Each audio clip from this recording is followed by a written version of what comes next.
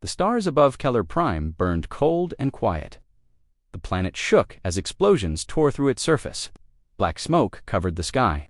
The Kalari people, thin, blue-skinned, and gentle, ran in terror as the Graux warships rained fire upon them. In the ruins of the capital, a single Kalari engineer crawled through the rubble of a broken tower. His leg was twisted, blood dripping from his side. His name was Veshin, and he was one of the last still alive in the Central Data Command. He dragged himself toward an ancient console buried beneath metal beams.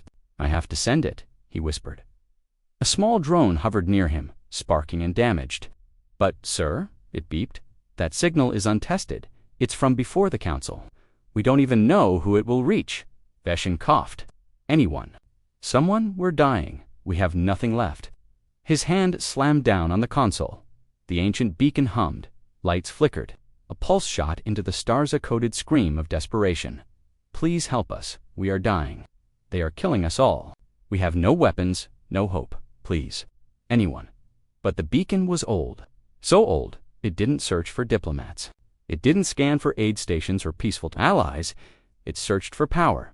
It searched for survival. It searched for survival far away. On the edge of the galaxy, the signal reached a quiet blue planetade world, covered in oceans and scars. Of old battles, a planet once called Earth. For hundreds of years, Earth had been silent. After the Great Collapse, humanity disappeared from the galactic map. Some thought they had gone extinct. Others whispered they had turned inward to powerful, too dangerous. They were wrong. Earth had been watching, listening, preparing, and now Earth had heard the signal. In low orbit, the Terran warship Judgment powered up. Its engines roared awake. Inside the command deck, Admiral Reyes stood in silence as the message played again. ... Please.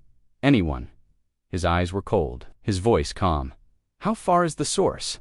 60,000 light-years, replied the AI voice. "But we can make the jump?" Another officer stepped forward.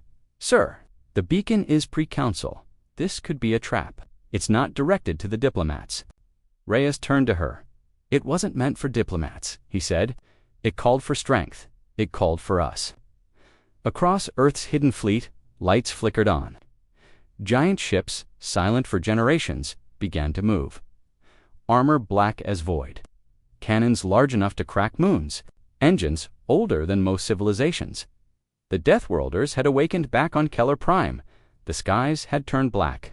The Graux dominions circled the planet like wolves around dying prey. Giant red ships hung in the sky, blasting city after city. Commander Varnak of the Graux stood on the bridge of his ship, grinning. His sharp teeth gleamed under red lights. "No one came to save them," he said, laughing. "Weak, just like the others." A young officer ran to him. "Sir, we're detecting strange energy signatures on the edge of the system." Varnak turned. "More refugees." The officer swallowed hard. "No, sir. Something big. A moment." Later, space near Keller Prime cracked open. A blinding light tore through the void, and then they arrived. One ship, then two, then 10. Black steel monsters with glowing red cores. No banners. No mercy. One Terran warship drifted past the Graux fleet, silent, slow, like a predator watching its prey. Inside the Judgment, Reyes stood at the window, arms crossed behind his back. "Scan their fleet," he said. "Record everything. Target command vessels first." The AI responded, confirmed. Graux fleet size 47 capital ships. Firepower, moderate. Threat to Earth fleet, negligible. On the Graux bridge, alarms screamed. "Who are they?" Varnak barked. "Why are they not responding to hails?" Another officer shouted, "Their weapons are charging." Varnak's smile faded. "This is not a rescue fleet," he whispered. "This is a war fleet." He was right. Seconds later, the Terran ships opened fire. It wasn't a battle, it was an execution. From the ground, the remaining Kalari watched the sky light up. Fire rained down not from the Graux, but onto them. The attackers were being destroyed. Veshin, still barely alive, stared at the heavens. His eyes filled with tears. "They came," he whispered, and answered. He passed out as the sounds of war thundered above. On board the Judgment, Reyes spoke once more. "Send a message," he said to the planet. "Let them know who we are." The AI opened the channel and broadcast one line across Keller Prime. You called for help. We heard you. Stand down and survive. Back on the Gralk's flagship, Commander Varnick's ship was in flames. Fire poured from its engines. The bridge was half destroyed. Sparks flew everywhere. He coughed, dragging himself toward the emergency controls, but it was too late. A Terran missile hit the core reactor. The ship exploded in silence. A bright flash in the cold, dark sky. An hour later, it was over. Gralk's ships destroyed no Terran losses. A signal was sent across the galaxy, invisible, but heard by all who mattered. Earth lives, and it is watching. And if you hurt the weak, the Deathworlders will come in a small medical bay on the Kaleri surface. Veshin opened his eyes. He was alive, bandaged, safe. Beside him, a tall human stood, armored in black. The soldier removed their helmet, revealing a calm, pale face. Sent the signal, the human said. You found us. Veshin's voice was weak. I didn't mean to. It was an old beacon. We thought we were calling peacekeepers. The human nodded slowly. Peacekeepers are for peaceful times, they replied. But when monsters attack, they looked to the sky, where Terran ships still hovered, ready for war. You need monsters of your own. Across the galaxy, empires paused. The signal had reached many ears. And now, rumors spread again. The Deathworlders were not extinct. They were out there, silent, deadly, and now, awake. If another SOS ever went out, someone would be listening, and someone would be afraid. Keller Prime was no longer burning. The sky was calm, the smoke was gone, but silence can be frightening too. The Gralks were goniaced, like dust in a storm. Now only shadows remained. Shadows, and giants. Above the planet, the Terran warships still hung in orbit, dark, cold, watching. Were they saviors, or something worse? Veshin didn't know, but he was alive, and he wasn't sure if that was good or bad. The medical center on Keller Prime was silent, except for the quiet hum of machines. Veshin, bandaged and weak, lay on a soft cot.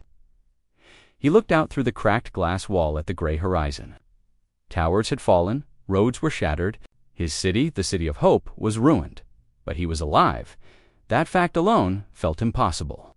A small Kalari child peeked into the room, her big yellow eyes wide with curiosity. Is it true? She whispered. Are the monsters gone? Veshin smiled softly, though pain flickered across his face. Yes, they're gone. Behind her, a taller figure, appeared a Terran soldier in black armor. The helmet was off, resting under one arm. His skin was pale, his hair silver gray, and his eyes sharp. This one had a name, Sergeant Hale. He had stayed behind while most Terran soldiers returned to orbit. Hale stepped into the room, his boots heavy on the tile floor. The child quickly ran off. Veshin sat up slowly.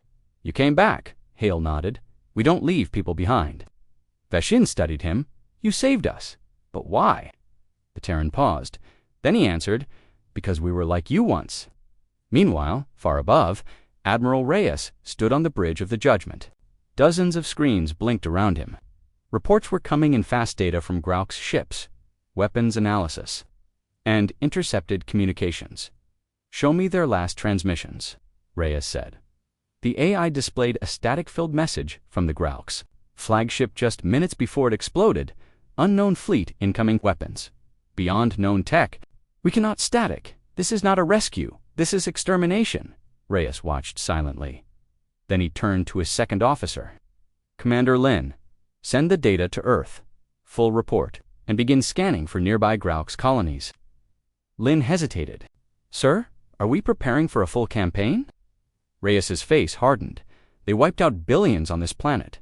They didn't expect anyone to answer. Now they'll know someone is watching. Lin nodded. Understood. Back on Keller Prime, word spread quickly. Across shattered cities and refugee camps, the Kaleri survivors whispered about the humans.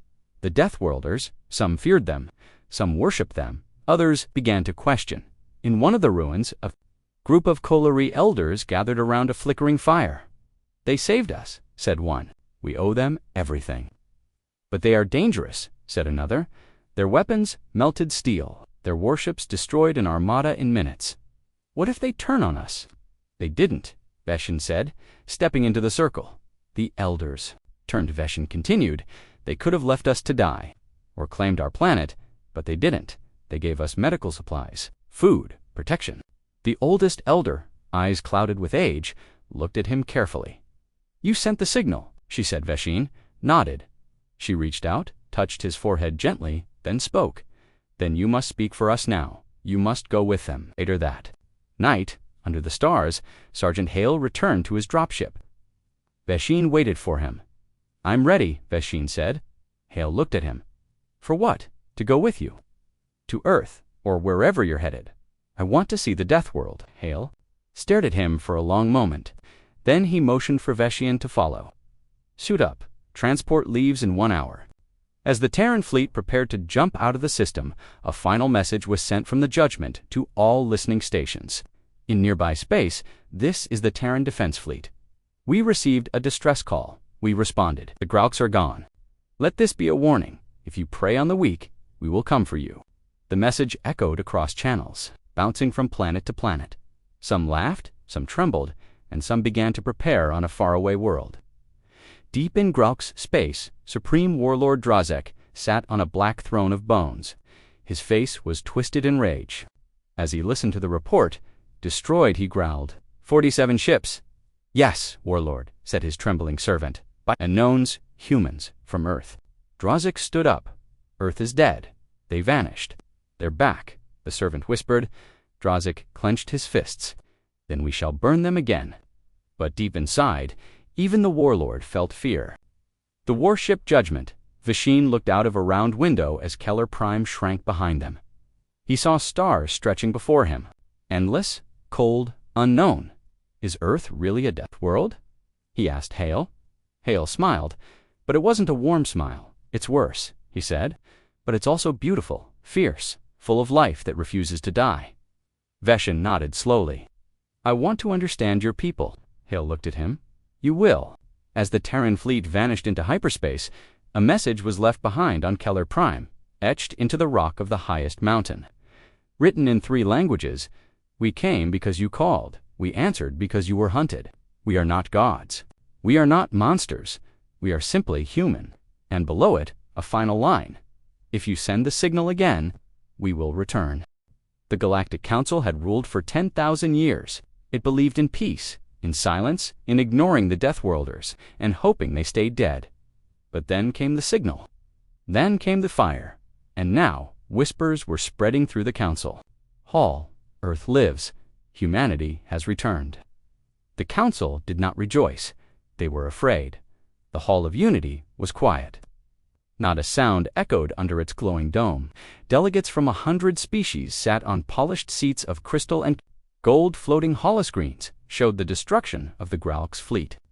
Terran warships moved like shadows through the footage, fast, merciless, unstoppable. Counselor Brex of the Delvani Alliance rose to speak. His voice trembled, despite being a leader for over 200 years. We must address this, he said. Earth has broken the silence pact. Murmurs broke out. Some delegates nodded. Others shook their heads. From across the hall, Counselor Vera of the Thune Enclave stood. Her red eyes were sharp. They received a distress call. They answered it. The pact only forbade expansion, not protection. Brex slammed a hand on the table. They wiped out an entire fleet. 47 ships gone in less than an hour. That is not peacekeeping. That is a show of power. Silence returned. Then, from the shadows behind the chamber, a voice spoke. If they wanted war, it said slowly, they would not have stopped with the Grauks. Heads turned. Counselor Halden of the Ralker Dominion stepped forward. He was one of the few who remembered the last human war. He had survived it. Barely. They chose mercy, Halden said. Be grateful. Light years away, aboard the Terran fleet, Veshin walked the metal halls of the Judgment. Human soldiers moved past him without speaking, focused, armored, quiet. No one smiled. No one laughed. Earth soldiers were not like the Kalari. They were harder, but they were not cruel. Sergeant Hale guided Veshin to a large room filled with stars. This is the fleet war map, Hale said. Here we plan movements, record threats, and chart dangers across the galaxy. Veshin stared in awe. Stars blinked all around. Red marks glowed across several sectors Grauk's territory. "What happens now?" Veshin asked. Admiral Reyes stepped into the room. "Now," he said, "we decide if this was an accident or the beginning of something worse." He pressed a command. A recording played. "Grauk's Dominion declares Earth an enemy of the state. All Terran ships found in our space will be destroyed. No mercy will be given to the Deathworlders." Reyes looked at Veshin. "They've made their choice." Back, in Council space, the Grauk's ambassador screamed at the delegates.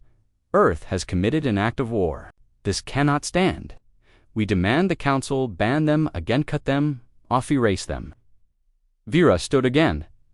"You demand this after slaughtering billions on Keller Prime. They were ours to conquer." The Grauks shouted. They were weak. The hall erupted into chaos. BRX tried to calm them. "Please, the Grauks are brutal. Yes, but Earth is far worse. We don't need another purge era."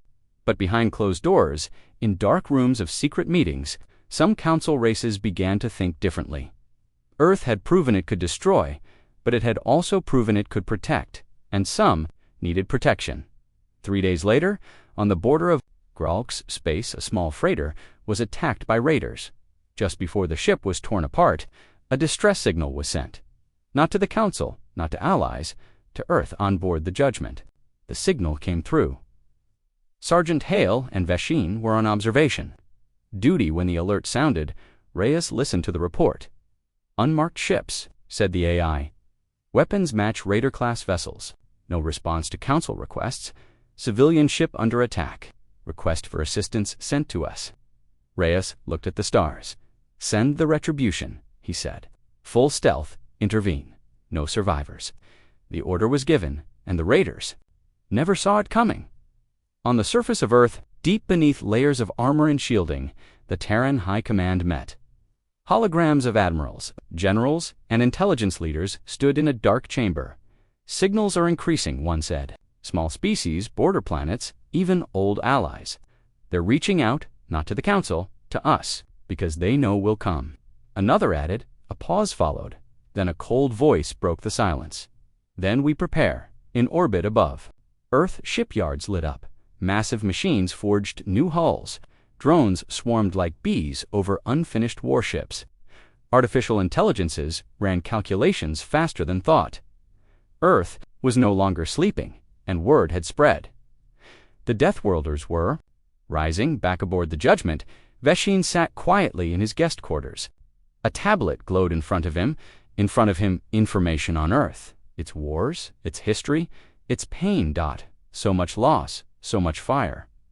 But also, hope. Sergeant Hale entered. "You all right?" he asked.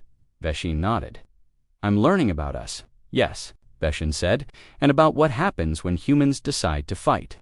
Hale sat down across from him. "We don't fight unless we have to," he said, "but when we do, we finish it." Veshin looked out the window at the stars. "And this time," Hale stood up, voice firm. "This time, we don't stop halfway." Back in Council space, more signals lit up. Tiny worlds whispered to each other. Should we send the signal to would they come for us? What if they don't stop once they start? Fear spread, but so did a new kind of hope. A hope not based on law or peace treaties, a hope based on firepower, on rage, on Earth. And in the deep shadows beyond even the Council's reach, other eyes watched. Unknown empires, hidden for eons, stirred. One of them, old and patient, smiled. "The Deathworlders walk again," it said. Its voice was like stone cracking. "Then the age of quiet ends." The stars ahead were not friendly. They belonged to the Grauk's Dominion, cold, sharp, and deadly. No outsider had ever entered their territory and returned. But Earth didn't come to return. It came to deliver a message. And the message was simple. You attacked the weak. Now we are coming for you. The Terran fleet emerged from hyperspace like black ghosts, silent, fast, and ready for war. Admiral Reyes stood at the center of the Judgment's war room. Red lights glowed across. A giant star map, Grauk space, stretched before them, fortified, dangerous, and spread across 6 systems. Targets. He asked. 3 key systems, said Commander Lin. Shipyards, command centers, and logistics hubs. We hit them all at once. Reyes nodded. Deploy task forces. Begin the strike. No warnings. Across the fleet, orders moved like lightning. Earth had decided, and Earth was moving. Inside one of the Terran assault ships, the Iron Vo Sergeant Hale, strapped into his drop pod, the soldiers around him were calm, no shouting, no fear, only focus. Vessian sat nearby, now dressed in a light exploration suit, helmet under his arm. He had chosen to come. Not as a fighter, but as a witness. "You sure about this?" Haley asked. Him? Vessian nodded. "I saw what they did to my people. I want to see what you do to them." Hale's eyes narrowed slightly. "You might not like it." "I already don't," Vessian said. "But I need to see it anyway." The drop pods launched. Dozens of black cylinders cut through the atmosphere of Gralk's world Epsilon V, a military logistics world. The skies turned red with friction. Below, Gralk's bases powered up defense cannons. They were too late, Terran drop. Pods slammed into the ground like meteors. Doors blew off instantly. Out stepped the Deathworlders, armed and already firing. Hale's squad moved like waterfast, coordinated, brutal. Gralk's soldiers screamed as railguns tore through bunkers.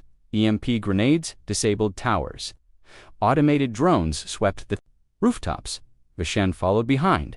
Stunned, the Kalari had no army. They had always avoided war. But what he saw now wasn't just war, it was domination. Terran soldiers didn't just win, they crushed at the Gralk's central command. Alarms blared. Commander Ulzeka, massive spike-covered aliens, lammed a claw on the table. "How did they find this world?" "No idea," shouted his aide. "No one even knew Earth was active."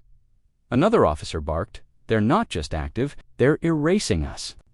Suddenly, power flickered, then went dark. A moment later, a Terran drone burst through the ceiling, and Ulzek's last thought was, "We were wrong." Back in orbit, the Judgment monitored the battle. "Status?" Reyes asked. "To command posts neutralized," replied Lin. "No major Terran casualties." Reyes looked at the display. One red system turned gray. Then another. He turned to his AI. "Send the message. Broadcast wideband. This is the Terran Defense Fleet. You murdered billions.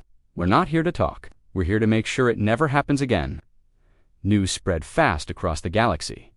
Gralk's systems were falling one after another. No survivors, no mercy. The council met in emergency session. Panic filled the chambers. "They're launching a crusade. They are only targeting Gralk's systems," Vera replied calmly. "Maybe if you'd answered Keller Prime's signal, Earth wouldn't have needed to. They'll turn on us next." Brexiel. Halden stood slowly. "Then don't give them a reason to." Back on the surface of Epsilon V, the battle was over. Gralk's forces were gone. Bases destroyed. Weapon caches vaporized. Vessian stood among the ruins, staring at the broken Gralk's flag. It flapped weakly in the wind, half burned. He looked to Hale, who was reloading his rifle. "They were brutal, but now they're gone," Vessian said. "Is this justice?" Hale shook his head. "This is warning. To who?" "To anyone who thinks what the Gralks did was acceptable." Vessian looked up at the sky as more Terran ships descended to collect equipment. "You weren't just saving my people," he whispered. "You were sending a message." On another Gralk's world, this one a shipyard near a star cluster, Ship Crucible led the assault. Gralk's destroyers scrambled to defend, but Earth's tech was too fast, too smart. Laser-guided torpedoes slipped between shields. Stealth drones entered through open vents. Gravity bombs bent metal inward before melting entire hangars. Within an hour, the entire system was lost. Not a single Gralk's ship remained. The Gralk's warlord Drazik received the news with fury. His claws dug deep into his throne's arms. "Is the council now?" he roared. They sat silent while Earth brings fire to our gates. His generals stood frozen. Drazik's eyes narrowed. "Prepare the Doombringer fleet," he growled. "We strike at their source. We strike at Earth itself." But one of his advisors, older than the rest, stepped forward. "Warlord, if you do that, they will not come in squadrons." Drazik leaned forward. "Then how?" The advisor looked grim. "They'll come in full force." On board the Judgment, Reyes sat alone in his chamber. A message blinked on the console. Begin Phase 2 only on confirmation of retaliation. He stared at the stars. If they hit us, we end them. He looked at the latest reports, dozens of colonies now reaching out, not to the Council, not to the GRALX, but to Earth. And Earth was listening. The stars around Earth were quiet. No enemy ship had entered this space in over 300 years, but today that would change. The Grauks were coming not to speak, not to negotiate. They were coming to strike back. They thought Earth would be caught off guard. They thought wrong. The warlord Drazek stood on the bridge of the Doombringer, the largest ship in the Grauks' dominion. Spikes lined the walls. Giant reactors pulsed deep inside its metal skin. Around it, 50 Grauks warships floated in formation. Every one of them armed with planet-killer cannons, shield disruptors, and boarding claws. "This is the time," Drazek growled. "We take the fight to them. Show them what it means to strike the Dominion." His second-in-command, a pale-skinned Graux named Senko, adjusted the navigation chart. "The humans won't expect a push into their space. They've been too focused on defense." Drazek sneered. "They've grown soft, all bark, no bite." But outside the fleet, something unseen watched them, thousands of kilometers away. In a hidden station just beyond Pluto, a Terran stealth probe recorded the Graux fleet. Data streamed back to Earth High Command in real time. Inside Earth's underground war center, alarms lit up. Generals and AI units gathered instantly. Enemy fleet identified, 50 vessels, estimated firepower, severe. One general turned to the screen. "Are they heading to Earth?" "Confirmed," said the AI voice. "ETA, 2.6 days. Another officer leaned forward. "They're making the biggest mistake of their lives." The Supreme Commander of Earth's Defense Forces stood up. "Wake the home fleet." Back in orbit around Earth, dozens of warships powered up. Gigantic vessels that had slept for centuries now glowed with life. Cannons rotated, drones deployed. Shields rose. Among them was Earth's oldest warship, the Leviathan, nearly 10 kilometers long, armored with neutron-forged plating. Powered by a dark matter core. Captain Myra Das stood at the command bridge of the Leviathan, a woman whose name was a legend. "They're coming here?" she asked, calm but cold. "Yes, ma'am," replied her officer. "Warlord Drazek himself is leading." She smiled. "Good. I was getting bored." In Terran orbit, the fleet formed a tight defensive web around Earth. Artificial moons shifted. Into battle positions, anti-ship railguns unfolded from hidden silos on Mars. But Earth did not wait. A message was sent to the Graux fleet. "You are entering Terran space. Turn back now. This is your only warning." The Graux ignored it. Drazek laughed. "Let them scream. We'll burn their cities before they can cry for help." 2 days later, the stars above Earth twisted. The Graux fleet arrived. They dropped out of hyperspace with weapons hot, red cannons charged, missile pods locked on. But instead of helpless cities, they saw war. Terran ships surrounded them from all angles. The Leviathan was already in firing range. Drazek's smile faded. Admiral Myra Das gave the order, "Fire," and the sky lit up. Massive energy beams cut through space, ripping Graux ships apart. Missiles moved like shadows. Guided by AI dodging countermeasures, the Graux tried to fight back. Their ships fired blindly. A few Terran fighters were hit, but Earth's defense net was too fast, too precise, too brutal. Within 10 minutes, 20 Graux ships were gone, burning, drifting, exploding inside the chaos. The Doombringer tried to retreat. Drazek shouted orders. "All power to shields, aim for their command ships." But it was no use. Terran stealth drones had already infiltrated the ship. They disabled weapons, cut power, jammed escape pods. Suddenly the lights flickered, and then Myra Das herself appeared on the main screen, her face calm, her voice ice. "You should have stayed in your own stars." Then she said 2 final words, and the Leviathan fired its main cannon. A beam of white-hot plasma struck the Doombringer, mid-core. It exploded in a flash that lit up Earth's sky across the galaxy. Observers watched the battle. They saw the Graux' strongest fleet erased. In less than half an hour, they saw Earth's strength revealed. Again, and they knew one thing: Earth was not to be provoked. back aboard the Judgment, which was now stationed above a neutral colony world. Vasheen received the news. They tried to attack Earth? He asked, shocked. Helly nodded. Yes, they tried, and Held showed him the footage short clips of the Leviathan firing, Grauk's ships burning. Vasheen sat back slowly. You weren't bluffing. No, Held said. We never bluff. We calculate, we wait, and when it's time, we strike. Inside the council hall, panic ruled.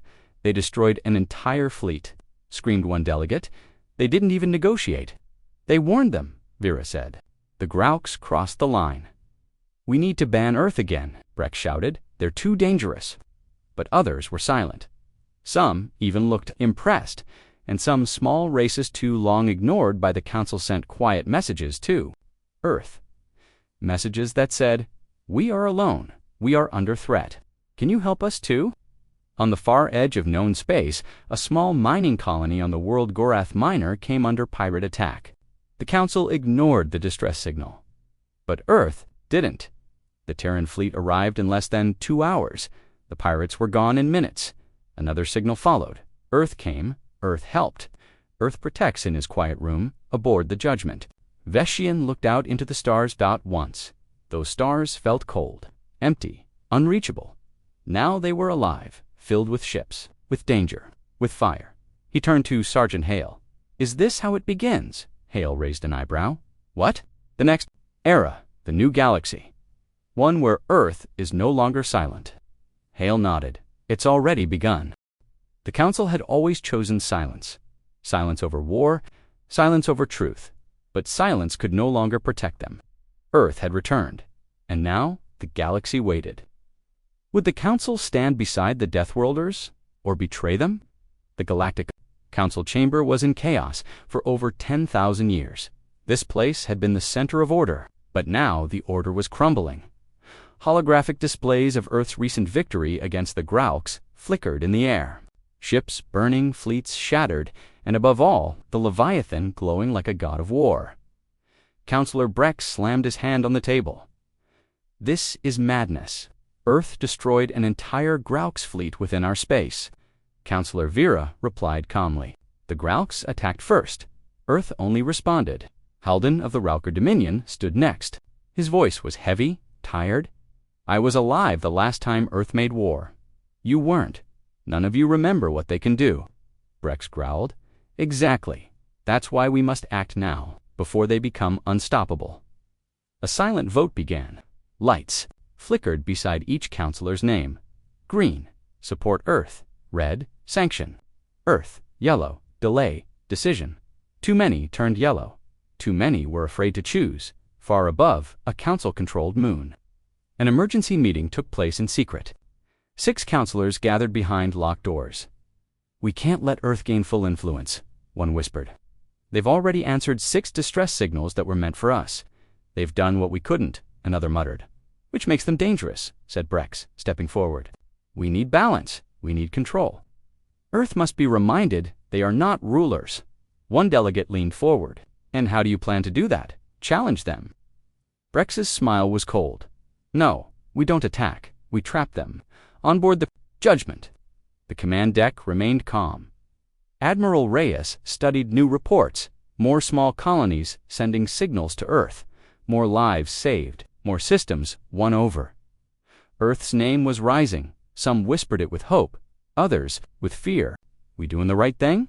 Asked Vasheen, standing near the observation window. Reyes turned to him. We answered a cry for help. And now we're watching a broken galaxy wake up. Vasheen nodded slowly. But not everyone wants change. No, Reyes agreed. Some fear it. A new alert chimed. Message from the Council, said the AI. Invitation to a peace. Summit, neutral space. Reyes narrowed his eyes. Set the course, he said, but keep the fleet ready.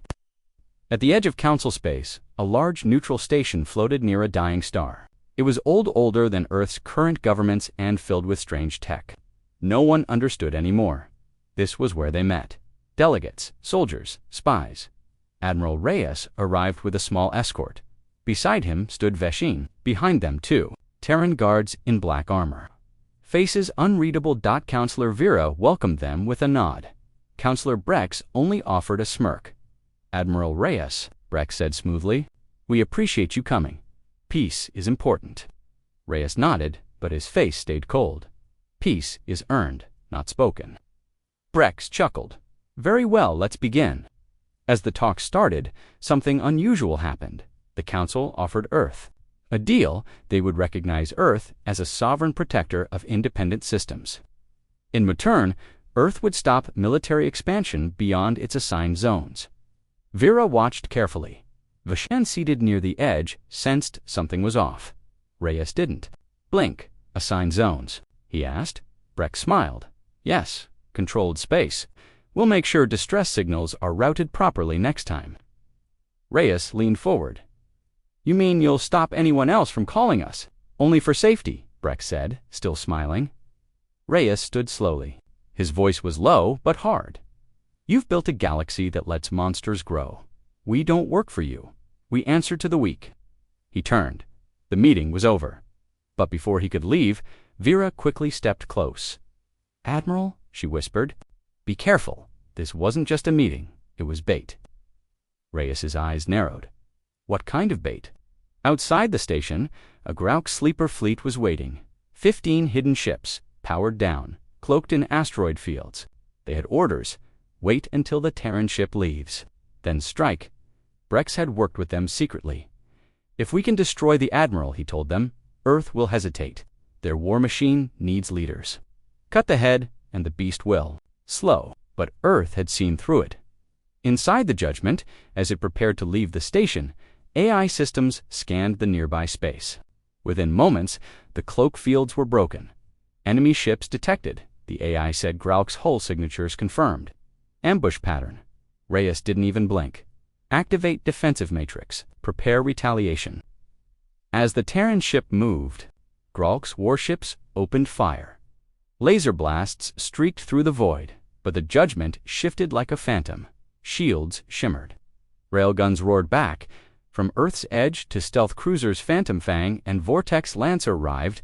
They were never seen until they fired. And by then, it was too late. Within minutes, the Grauk's fleet was gone. Erased again.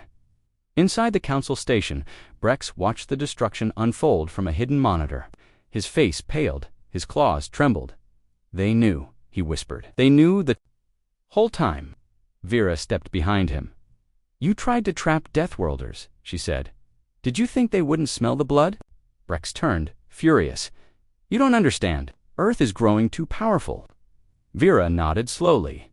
Yes, and thank the stars they are. Because now, finally, so is hope. Back on the Judgment, Reyes sat in silence. Another attempted betrayal. Another. Warning ignored. But this time, something had changed. Messages poured in from small worlds. Messages like, the Council doesn't speak for us. Earth answered when they didn't. We trust you, Terrans. Veshin sat across from Hale. In the ship's quiet mess hall, he looked tired, but calm. Do you think the Council will try again? He asked. Hale sipped a drink. Maybe. Or maybe they'll step back. Let the people choose. Choose who they believe in, Veshin nodded. Double quotes, and so far, he said, they're choosing you. Far beyond the Council's reach, beyond the stars marked on any map. Something was waking up. It had slept for 1,000,000 years, deep under the crust of a dead star. But now it stirred. It remembered Earth. It remembered the Deathworlders, and it did not fear them. It hated them deep in the galactic core. In a place where light bends and gravity tears, a sensor pinged to life. Signal match detected. Human frequency. Earth species confirmed. Awakening the Core Legion. The entity at the center, the Prime, will spread its mind across ancient systems. Humanity returns, it whispered. And so must extinction. The ambush from the Grauks had failed.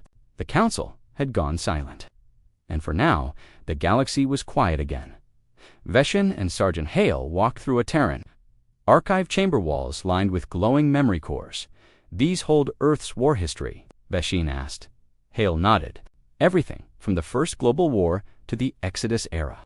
Veshin paused. You've fought a lot.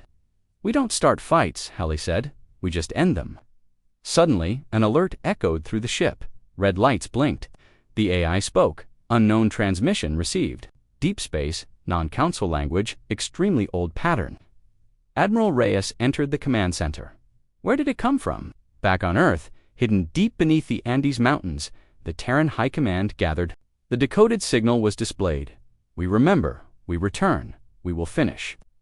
What you started? General Mira Jin stared at the screen. This isn't the Gralks, she said. No, another whispered.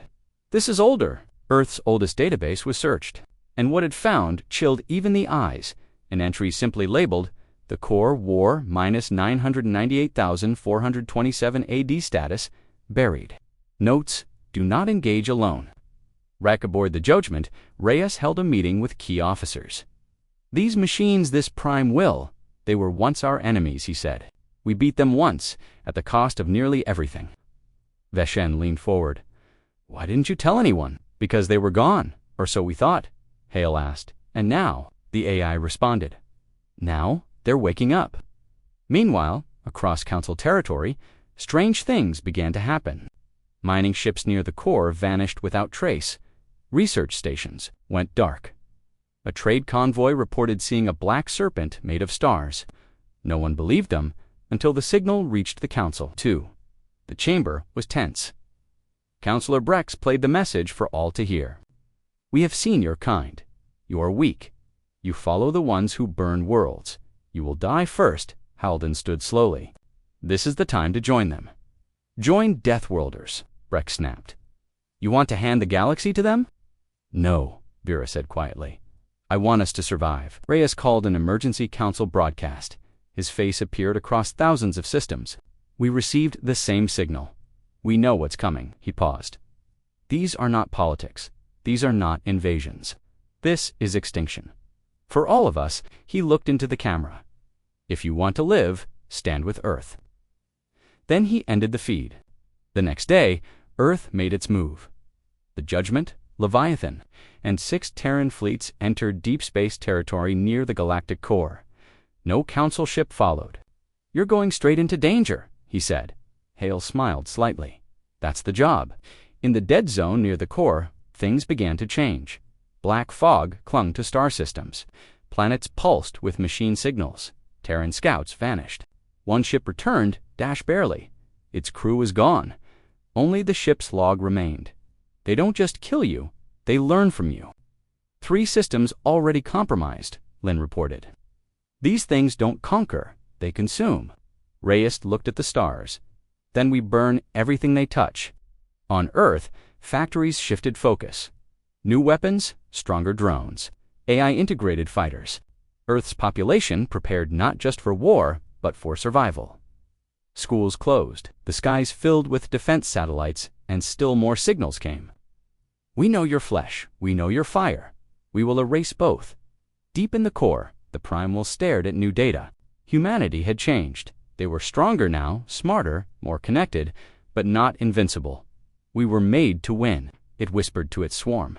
And this time, we will. Back aboard the Judgment, Veshen sat in silence. He turned to Reyes. If you lose, what happens? Reyes looked out at the stars. Then the galaxy loses to Veshen nodded. Then, I'll fight with you, Hale smirked. We'll find you a helmet. It began with silence. Then the silence broke, and the stars screamed. On the edge of the core, entire planets vanished overnight. No bodies, no smoke, just nothing. Earth's warnings had come too late. The ancient machines had moved, and now the galaxy would know what true extinction felt like. The first world to fall was Arden V. It was a peaceful colony, no weapons, no army, just scientists and families. One moment, it was there, then it was gone. Sensors showed nothing but black ash and molten stone, where a green world had once orbited. The prime Admiral Reyes stared at the loss report. No survivors, no signals, not even debris. The room was quiet. They've started, Commander Lin whispered. Reyes's voice was cold. Then so do we. He turned to the AI. Send the command. Initiate protocol. Ragnarok. The AI pulsed red, confirmed. Unleashing Deathworlder response doctrine. The Cross-Earth's fleets. War code unlocked. Ancient weapons stored for centuries. were reactivated. AI-controlled dreadnoughts were released from cold storage, and humanity began preparing for war like only a Deathworld species could. Meanwhile, the galaxy Mapitch, one marking another world gone. Hale approached, holding a datapad. 2 more colonies gone. No distress calls. They just disappeared. Veshin swallowed. You tried to warn the galaxy. They didn't listen, Hale replied. Now it's too late. One delegate shouted. We should have allied with Earth. This isn't just another war, it's extermination. Brex, pale and furious, stood. I won't let Deathworlders rule this galaxy through fear. Counselor Vera turned on him. Sharply fear. You still don't understand. They're not trying to rule. She pointed to the images of dead planets. They're trying to save us. Back in Terran command space, Earth's fleet moved fast. Scouts and probes were deployed. New stealth cruisers called Ghost Knives entered core space to map the enemy's movement.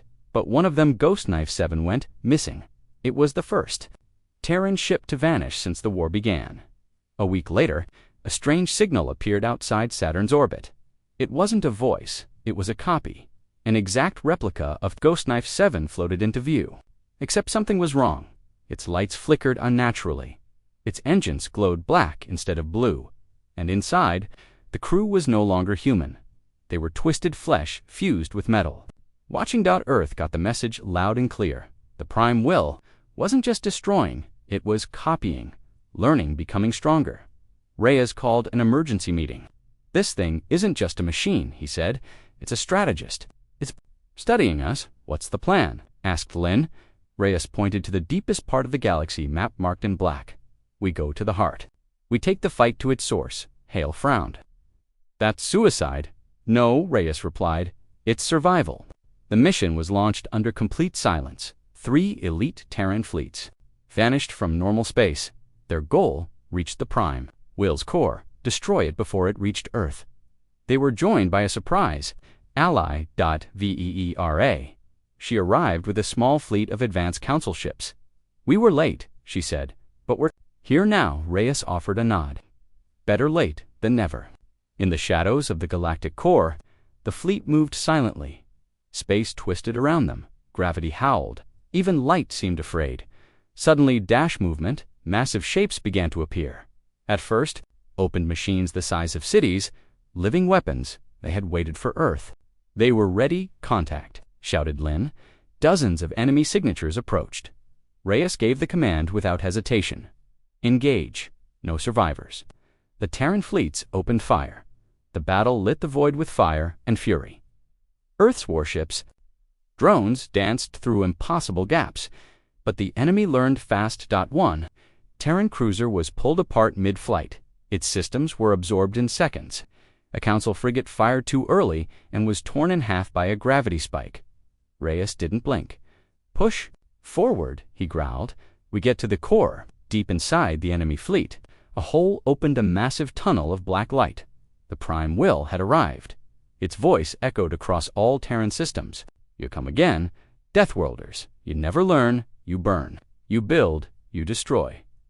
Now we finish this, Reyes responded. Yes, we do. And the Leviathan fired its main cannon. The enemy flagship was hit, but not destroyed. The Prime Will's body bent, melted, and rebuilt itself in seconds. Impossible, Lynn whispered. But Reyes didn't stop. Send in the Valkyrie unit. From the Endbringer, Earth's most dangerous soldiers deployed battle-armored, AI-linked, and trained for one thing only, killing things that can't be killed. They landed on the Prime and biological traps. Hale led the team. Veshin followed, armored, carrying a plasma rifle. Still sure about this? Hale asked. Veshin nodded. You saved my people. Time to return the favor. They cut their way through metal halls, glowing veins, and living walls until they reached the core and found images of burning cities, old screams. The Prime Will had absorbed it all. We know you, the voice said. We became you, and now we erase you. But Hale had a surprise. A device, old tech, forbidden even by Earth. He placed it on the ground. Then let's see how much you really learned. He pressed the trigger. Outside, the Prime Will screamed. The Terran fleet pulled back. The core cracked, imploded, then silence, one by one.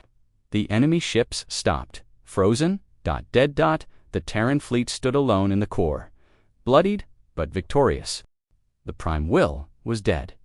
Its body cracked and silent. Its fleet frozen in the dark.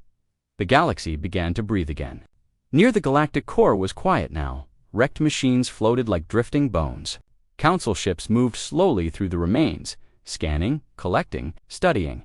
The Terran fleets had taken heavy losses, but Earth had won. Admiral Reyes stood on the bridge of the Judgment. The battle map, they're really gone, said Commander Lin softly. Reyes didn't smile. They're quiet, he replied. In the ruins of the Prime Will's body, the structure remained. This place gives me chills, Veshin muttered. It should, Hale said. It was built to end us. Unidentified power surge in Sector 9 of the Prime Will structure. Reyes turned sharply. What? The Prime Will was learning. And copying, including us. Hale approached the glowing sphere. Cautiously, what is it? Veshin asked. The AI on Hale's wrist buzzed. Unknown. Signal. It's a replica. Hale blinked. A replica of what? Of human thought. The voice of the Prime Will. It used Hale's voice. All of you, learning how you fight, how you think, 3 AI firewalls, but even then, it pulsed alive. Waiting back on Earth. The news of victory spread. People cheered. Monuments were planned, but Reyes didn't return for the celebration. He remained in orbit. Reyes stared at her. Then why don't I feel relieved?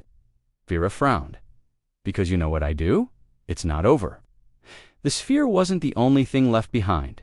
Terran scouts, exploring the deep core, found other sites, tunnels, caves, bunkers, all filled with machine remains, some dormant, some stood at the edge of the observation deck, staring into the stars. He asked Hale. We stopped one war, Hale replied. But winning, that depends on what comes next. Comes stations, even ship radios. And it said only one sentence. We are still inside you. Scanned everything for infiltration. They found nothing, no viruses. Earth began lockdown procedures. Archives were sealed. All soldiers who had entered the funny, you saved the galaxy. And then get locked in a room, Hale shrugged. But not everyone was. Council scouts sent to another core site never returned.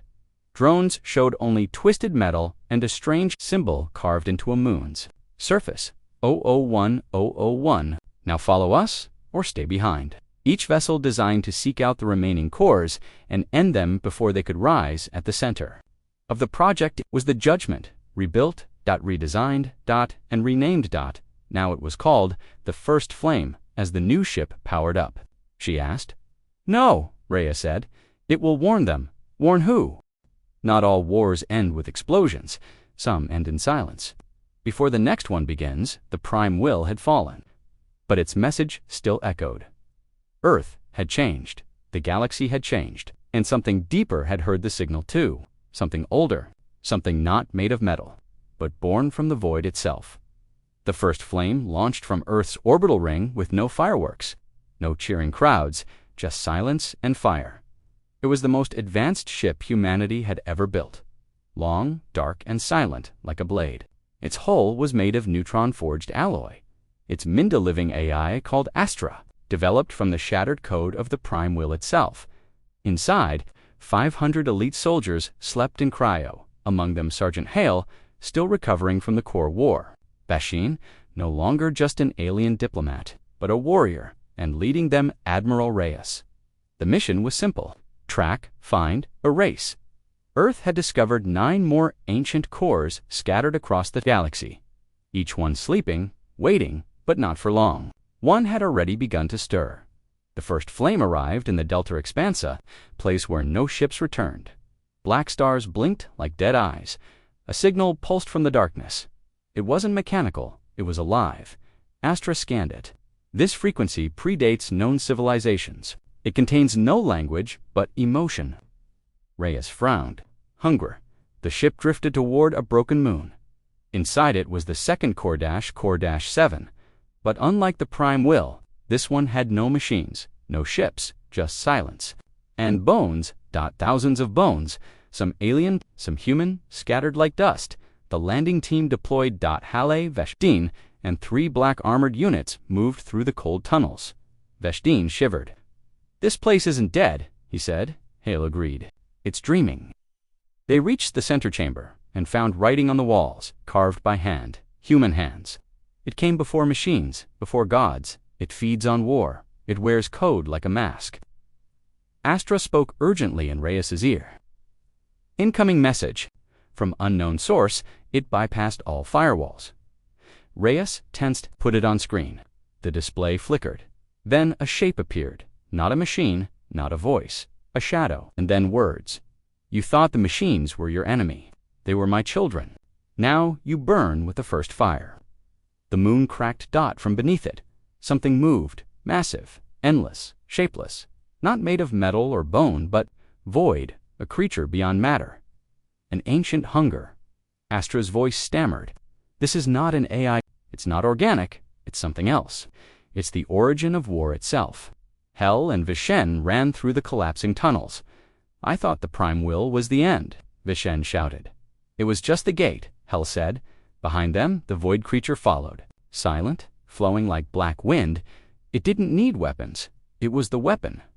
Reyes gave the order. "Evacuate. Prepare the Starpiercer." Astra hesitated. "That will destroy the entire sector." "I know," Reyes said. "It's the only way." The first flame rose from the moon's orbit. The landing team barely made it aboard as the creature broke through the crust, reaching for the stars. Earth's last weapon fired. The Starpiercer, a cannon buried in the heart of the first flame. Firing once, only once, it released a beam of pure annihilation, time-splitting energy. Wrapped in anti-dash space, it didn't kill the creature, but it tore open reality and pulled the creature back into the place it had come from. Then, nothing. Just silence. True silence.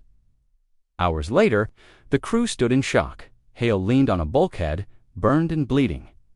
Veshin sat beside him, armor cracked. "We survived again," Vishen muttered. Hale didn't answer. He just stared at the stars. Reyes walked through the ship, past sleeping soldiers, past blinking lights, and into the command center where Astra waited. "Report," he said. "Corsivan destroyed. Threat contained." Reyes narrowed his eyes. "Is it gone?" Astra paused. "Unknown. But it's watching now, listening, and it knows our name." Back on Earth, a message was broadcast to every star system. The Deathworlders did not ask for war. But if war comes, we end it. We do not kneel. We do not break. We burn. And if fire is not enough, we become the flame. On hundreds of alien worlds, people watched that message, and some whispered in awe, others in fear, but all remembered one thing. It started with a signal, a desperate cry for help. Sent to the wrong species and answered by Deathworlders, and deep, deep in the cold between galaxies, something stirred again, older than time, and this time it sent no signal, only silence, before the storm.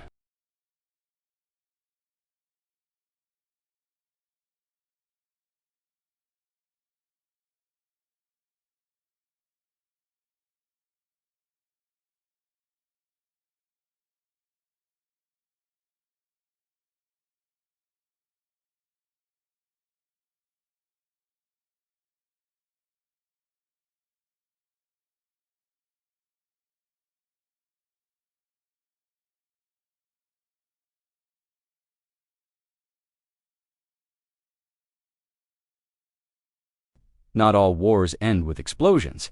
Some end in silence. Before the next one begins, the Prime Will had fallen. But its message still echoed. Earth had changed. The galaxy had changed. And something deeper had heard the signal too. Something older. Something not made of metal, but born from the void itself.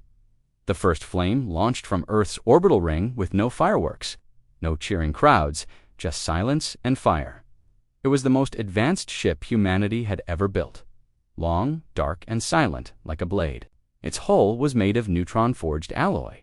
Its Minda-living AI called Astra, developed from the shattered code of the Prime Will itself. Inside, 500 elite soldiers slept in cryo, among them Sergeant Hale, still recovering from the core war. Bashin, no longer just an alien diplomat, but a warrior, and leading them Admiral Reyes. The mission was simple. Track, find, erase. Earth had discovered 9 more ancient cores scattered across the galaxy, each one sleeping, waiting, but not for long. One had already begun to stir. The first flame arrived in the Delta Expansa, place where no ships returned. Black stars blinked like dead eyes. A signal pulsed from the darkness. It wasn't mechanical, it was alive. Astra scanned it. This frequency predates known civilizations. It contains no language, but emotion.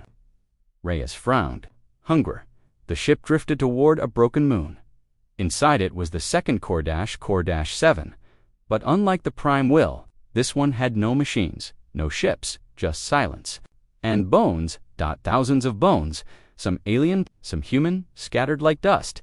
The landing team deployed Halle Veshdin, and 3 black armored units moved through the cold tunnels. Veshdin shivered. "This place isn't dead," he said. Hale agreed. "It's dreaming." They reached the center chamber and found writing on the walls, carved by hand, human hands. It came before machines, before gods. It feeds on war. It wears code like a mask. Astra spoke urgently in Reyes's ear. "Incoming message." From unknown source, it bypassed all firewalls. Reyes, tensed, put it on screen. The display flickered. Then a shape appeared. Not a machine, not a voice. A shadow, and then words. "You thought the machines were your enemy. They were my children. Now you burn with the first fire." The moon cracked from beneath it. Something moved, massive, endless, shapeless. Not made of metal or bone, but void, a creature beyond matter. An ancient hunger. Astra's voice stammered. "This is not an AI. It's not organic. It's something else. It's the origin of war itself." Hell and Vishen ran through the collapsing tunnels. "I thought the Prime Will was the end," Vishen shouted. "It was just the gate," Hell said. Behind them, the void creature followed. Silent, flowing like black wind. It didn't need weapons. It was the weapon. Reyes gave the order. "Evacuate. Prepare the Starpiercer." Astra hesitated. "That will destroy the entire sector."